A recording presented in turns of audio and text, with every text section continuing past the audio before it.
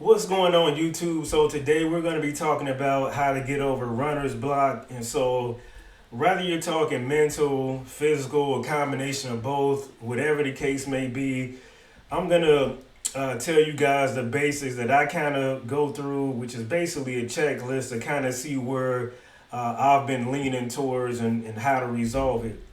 Now, for me, I'm not an elite runner at all. In fact, I'm one of the slower runners, right? I just simply enjoy getting out there, getting some miles in, getting some fresh air, and hitting the pavement. That's what I enjoy doing. Now, a little bit about me before we get into the how to get over runner's block is in 2011, I actually ruptured my Achilles tendon. I think I was like 26 years old, something like that. And I was actually training for an Ironman triathlon. That's what my goal was. I had done some training that day. Later in that day, I played some tennis, ruptured my Achilles tendon.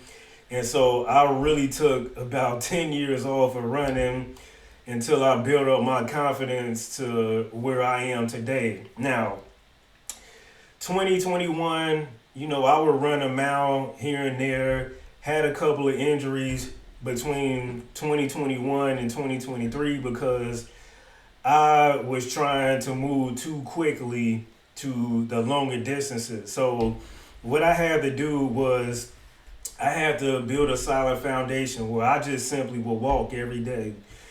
From walking, I would incorporate a little bit of jogging. So I would do a combination of jog, walk, jog, walk.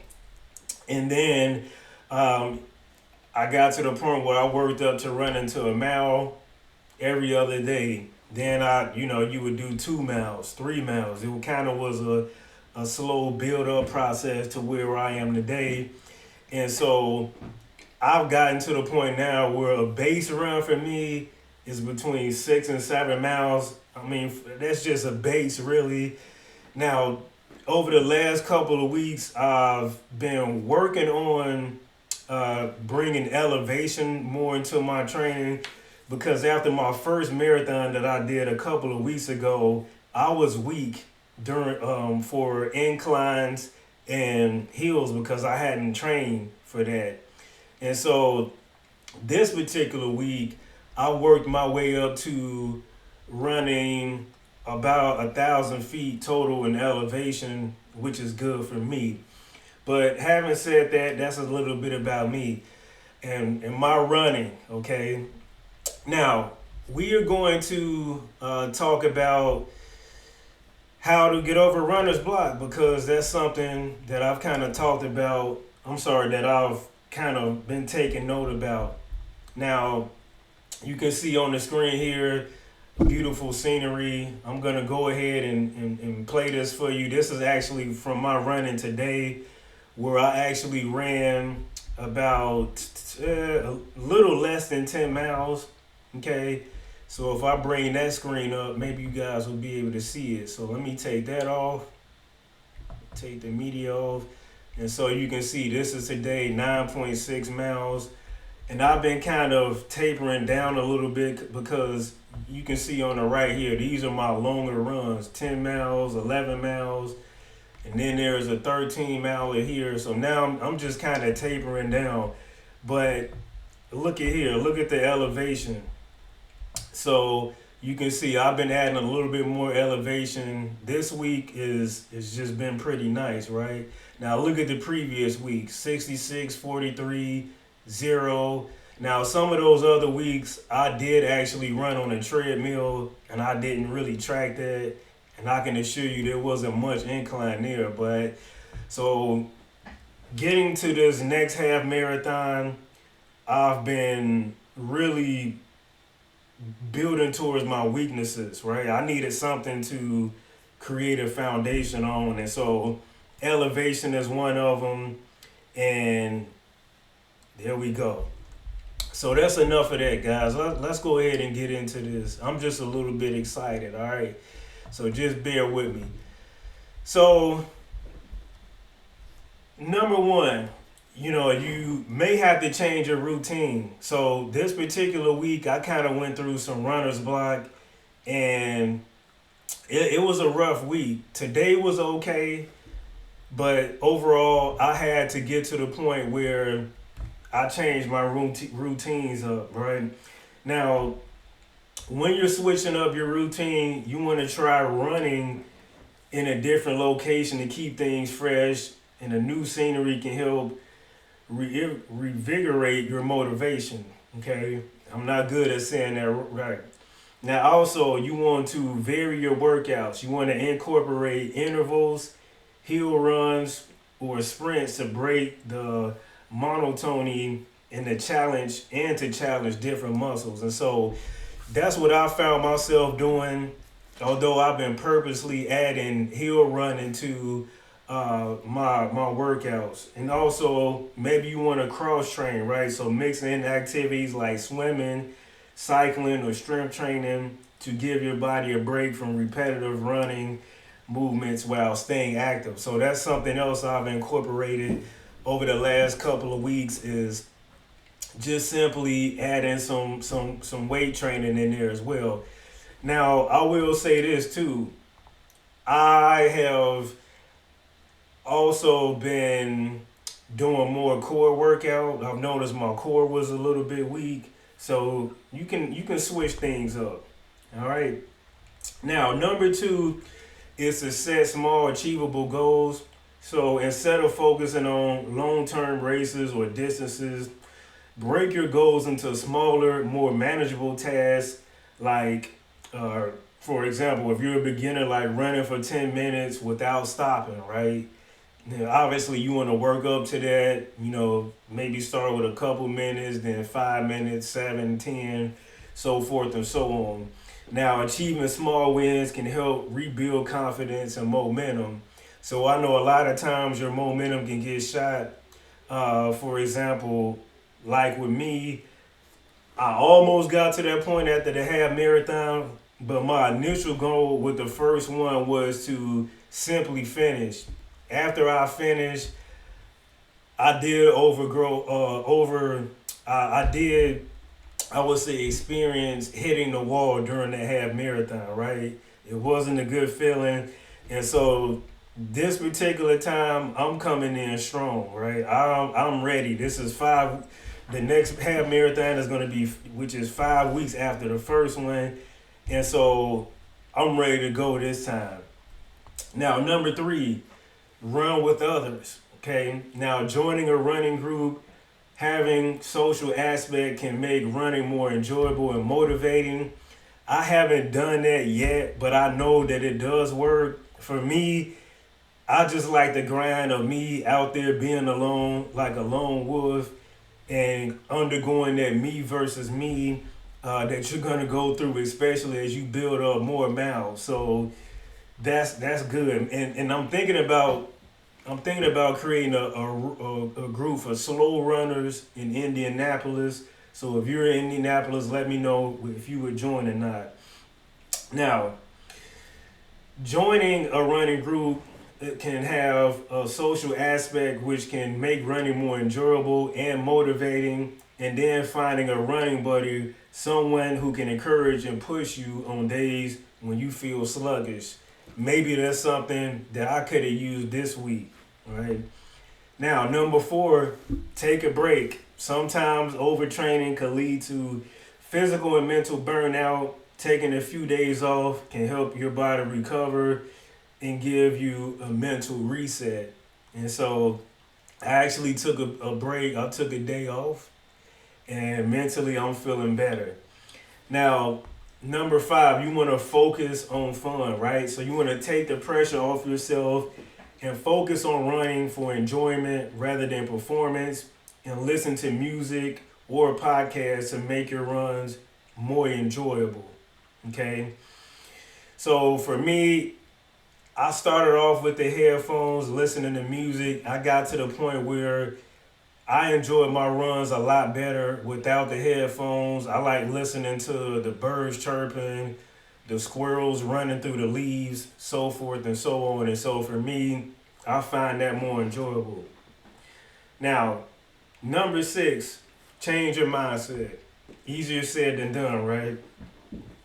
Now, And this is a part of why I run with no headphones. So practice mindfulness. You want to stay present during your run instead of worrying about your pace or distance, and pay attention to your breathing, surroundings, and body sensations.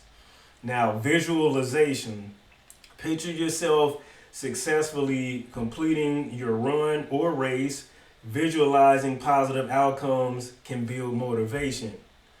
Number 7, work on your form. This is a good one. This one has helped me a lot.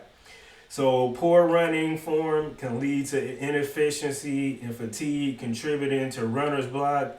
Consider working with a coach or watching form tutorials to ensure you're running as efficiently as possible. Now, in this particular video, yeah, I'm not using my arms as much. I mean, I'm trying to film. I'm sorry. This is the last 2 miles. I think this entire clip is the last 2 miles of my run from the day. So yeah, form is the thing I need to work on a little bit more as well. So I hear you in the comments already. Number 8, you want to celebrate progress, right? So recognize small victories, even if they aren't related to speed or distance. Consistency and showing up matters too. Okay. Number 9, get proper rest and nutrition. This is one of the most important ones. So you want to ensure you're fueling your body correctly with a balanced diet and hydrating properly. And lack of energy or poor recovery could be holding you back. Now, prioritize sleep to allow your body to recover and avoid burnout. So again, if you're a person like me, right? I got a wife, I got 4 kids, I got 2 cats. I work from home with my youngest. I mean, I have to pick up the kids after school. And so for me, I'm tired, you know. You still do things around the house, cutting the grass, power washing the house. I just have a busy schedule, right? So for me, rest is very important. Number 10, track your progress. So you can use apps or running logs to see how far you've come. Even your small improvements can boost your confidence and motivate you to keep going. Now, for me, I've noticed that is true. And the reason why I know that is because I've noticed that what was considered an easy run for me now is a lot quicker than what an easy run was for me even just a couple of weeks ago. So I found that I have to have the discipline. If I say, you know what, I'm not gonna go under 12 minutes a mile a day, and that's to build my aerobic capacity, then I have to stick to that. So anything over, and I know that's kind of backwards for a lot of you guys, but for me, this is how I've been able to stay injury free. I'll have a day where I'm a little bit more intense, but most of my running is easy. And then I'll have a slower run where it's like, okay, if I stay above 12 minutes, that's going to help me not get injured, right? And so I think that can also come with runner's block too, when you keep getting injured, your body's breaking down, your nutrition is not good, which I've gotten that together too. And yeah, you just got to use all the different tools that you have available to you. Now, I think that's all I have for you guys today. If you're in Indianapolis, let me know. Maybe we can get a slow runners group going, and I'll keep you guys updated on this next half marathon. The last marathon, I think my official running time was like 2:26. And the crazy thing about that run is that, and I mentioned this on a different video. The crazy thing about that is the first 10 miles I was doing pretty good. And then after mile 10, something happened. You know what happened? I hit the wall. That's what happened. So that's why I've been getting myself to the point where I've worked on going longer than 10 miles or consistently getting to 10 miles. And I'll quickly show you guys this before I get out of here. Let me show you guys this. So these are my times from the first half marathon. Okay. So you can see it. And I'm gonna zoom this in for you guys a bit. You can see I started off at 10 minutes. This was just too fast. Now it's kind of weird because I could go under 8 minutes if I was just running 1 mile. I may be able to go like 7 minutes and 30 seconds. But once you're running so many miles, it all starts to add up, right? So you have to pace yourself. So you can see this was absolutely too fast. I gotta fix that. And so I think I'm gonna start off running my first mile, maybe like here, maybe like 12 minutes, and then maybe slowly work my way to like 11:30, and then 11:15, and then start to kind of slowly work my way up because you can see first 10 miles we did all right. We stayed under 11 minutes, and look at this, mile 11. Look at this. That's where I hit the wall right here. Okay, I hit the wall right here, and then I found myself running about a little over 12 minutes a mile to kind of finish those last couple. But this mile number 11, this one did it for me. Now look at the elevation, right? Look at the elevation. I did not train for elevation at all. I didn't know what to expect. I could have gone and kind of went through the course, but I didn't. But this time, guys,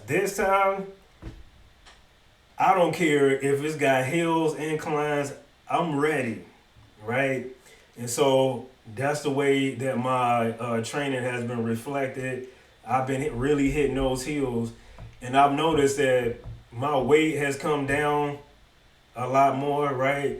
I think I started the first half marathon, I was 173 pounds. Now I'm at about 166. So I've noticed that doing these workouts, doing this hill running really has got me into gear a little bit more. And along with that, I would say that where I've come from, right? And when I say that, my brother passed in August of 2022. My weight had got up to like 190 pounds. I was depressed. Everybody's got a story. And so to go from 190, and listen, guys, I'm like 5'6", 5'7". I'm not tall. And to come all the way down to like 166, that's crazy, man. That's really where I belong. About 165, I think, is where I'm supposed to be. But yeah, running will change your mind, your mental capacity. It'll get you back into great health. All right, so that's it, guys. I don't want to talk anymore. Again, if you're trying to get over a runner's block, if something is blocking you mentally, physically, just hang in there, guys. I'm out, guys. Peace.